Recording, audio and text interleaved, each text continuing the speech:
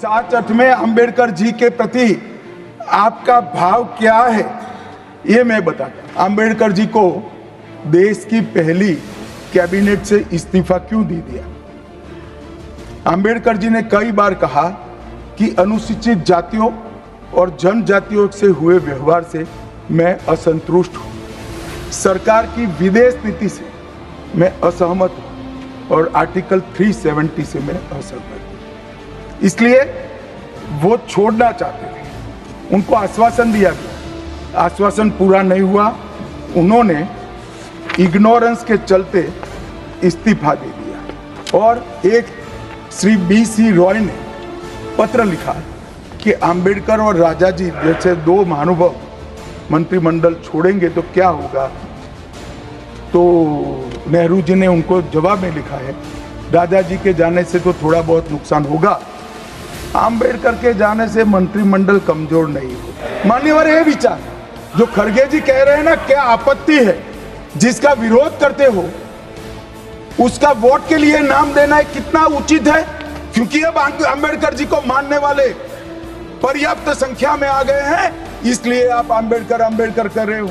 मान्यवर, मुंबई के मेयर ने एक पत्र लिखा था कि मऊ में अंबेडकर जी का स्मारक बनाना चाहिए। मऊ में जो अंबेडकर जी का जन्म स्थान था, सुझाव लिखा। उन्होंने कहा आमतौर पर स्मारक निजी पहल से बनाने चाहिए, यदि सरकार किसी प्रकार की सहायता करती है तो वो उचित नहीं होगा। उनके कितने स्मारक बने साहब? कोई स्मारक अंबेडकर जी का नहीं बना, देश भर में नहीं बना। अंबेडकर जी के स्मारक कब बने? जब भारतीय जनता पार्टी सत्ता में आई, तब मऊ में डॉक्टर अंबेडकर के जन्म स्थान पर स्मारक बना, लंदन में अध्ययन करते थे वहां स्मारक बना, नागपुर में शिक्षा दीक्षावलित वहां बना, दिल्ली में महापरिनिर्वाण स्थल पर बना, और मुंबई में चैत्य भूमि में भी बन रहा है। हमने 5 तीर्थ बनाए महामानव। मान्यवर, मैं मानता हूं कि अंबेडकर जी के सिद्धांतों पर चलना नहीं और वोट के लिए उनकी गुहार लगा देना। 14 अप्रैल को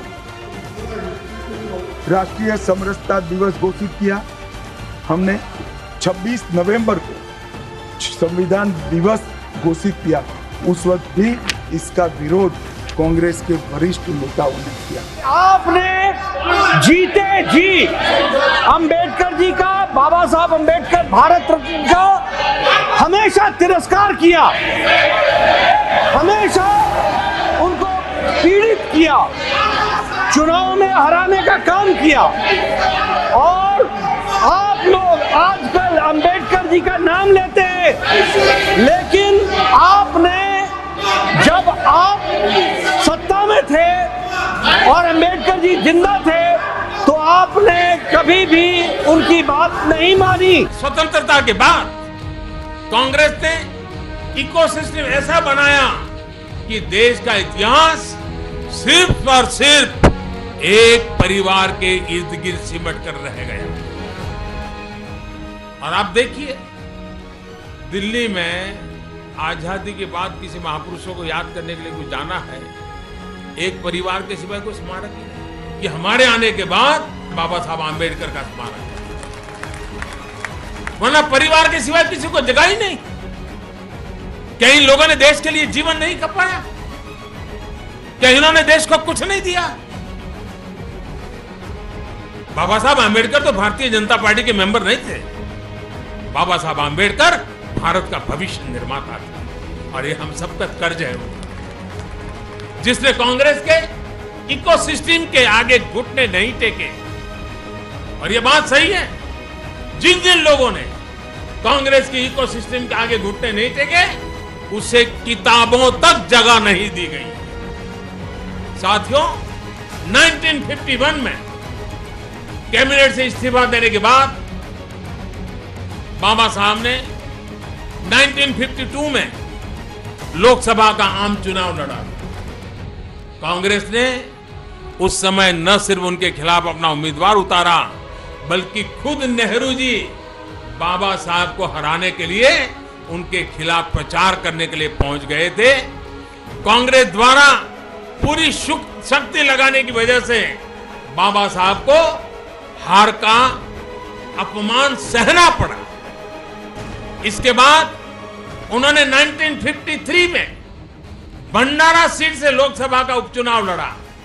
कांग्रेस ने फिर उनके खिलाफ उम्मीदवार उतारा और फिर बाबा साहब को लोकसभा पर पहुंचने से रोक दिया गया। इस लगातार अपमान के समय अगर उनका साथ किसी ने दिया था तो वो डॉक्टर श्यामा प्रसाद मुखर्जी ने दिया था। उन्हीं के प्रयासों से बाबा साहब राज्यसभा में पहुंचे। साथियों, मैं आज चुनौती देता हूं कांग्रेस को, वो एक काम बता दे जो उन्होंने बाबा साहब के लिए किया, और ये मेरी चुनौती है कांग्रेस को। एक काम बता दे बाबा साहब के लिए, सम्मान के लिए अगर उन्होंने किया। भाइयों और बहनों, हमें आपको पता है कि कांग्रेस के पास इसका कोई जवाब नहीं। जवाब के नाम वो सिर्फ झूठ बोलना जानते हैं। सच्चाई ये है कि बाबा साहब के निधन के बाद कांग्रेस ने राष्ट्र निर्माण के उनके योगदान को भी मिटाने की कोशिश की। नेहरू जी से लेकर के राजीव गांधी तक कांग्रेस ने तमाम लोगों ने को भारत रत्न से सम्मानित किया गया, लेकिन उसे कभी बाबा साहब भारत रत्न के लिए योग्य नहीं लगे। बाबा साहब को भारत रत्न तब मिला जब भारतीय जनता पार्टी के समर्थन से वीपी सिंह सरकार में बैठे थे और अटल जी अडवाणी जी का आग्रह था, तब जाकर के भारत रत्न बाबा साहब को इतनी देर से मिला। यह बीजेपी की कोशिश थी कि संसद के सेंट्रल हॉल में बाबा साहब का चित्र लगाया गया, वरना बाबा साहब के चित्र लगाने के खिलाफ यह तर्क दिया जाता था। आप सोचिए, बाबा साहब का हिंदुस्तान की संसद के सेंट्रल हॉल में तैल चित्र लगाने के लिए यह तर्क दिया गया था कि सेंट्रल हॉल में जगह नहीं है। सोचिए, जिस महापुरुष ने सेंट्रल हॉल में बैठ करके संविधान को रचा हो, उसकी बारीकी पर घंटों चर्चा की हो, कांग्रेस शासन के दौरान उसी के लिए सेंट्रल हॉल में एक 2 फीट 4 फीट की तस्वीर लगाने के लिए जगह नहीं है, यह बात करना। और जब भारतीय जनता पार्टी आई, बाबा साहब आंबेडकर की तस्वीर सेंट्रल हॉल में लगी। भाई और बहनों, मैं के दावे के साथ कह सकता, अगर 90 के दशक में देश में पिछड़ों और दलितों के अधिकारों पर राष्ट्रव्यापी चर्चा नहीं शुरू हुई थी, तो कांग्रेस आज भी बाबा साहब से अपनी नफरत सार्वजनिक तौर पर वैसे ही दिखाती जैसे पहले दिखाती थी।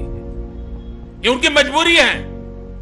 कांग्रेस को बाबा साहब के नाम में वोट बैंक नजर आता है, सत्ता नजर आती है, इसलिए वो अब मजबूरी उनका नाम लेने का दिखावा करने लगी है। मैं समझता हूं कांग्रेस के अपने इतिहास में बाबा साहब का नाम लेना उसकी सबसे बड़ी मजबूरियों में से एक है। ये बाबा साहब के महान कर्मों का, देश के लिए उनकी सेवा का फल है कि एक परिवार की पूजा करने वाले, उस परिवार को देश का भाग्य विधाता समझने वाले अब दिल पर पत्थर रखकर बाबा साहब का नाम लेने के लिए मजबूर हो गए हैं। लेकिन मुझे पता है कांग्रेस ये भी नहीं करेगी, वो सिर्फ भ्रम फैला सकती है। दलितों, पिछड़ों, आदिवासियों को झूठ बोल सकती है, उनके बीच अफवाह फैला सकती है। कांग्रेस कभी नहीं चाहती थी और न आज चाहती है कि दलित और पिछड़े विकास की मुख्य धारा में आए, जबकि हमारी सरकार बाबा साहब के दिखाए रास्ते पर चलते हुए सबका साथ सबका विकास के मंत्र के साथ समाज के हर वर्ग तक विकास का लाभ पहुंचाने का प्रयास कर रही है।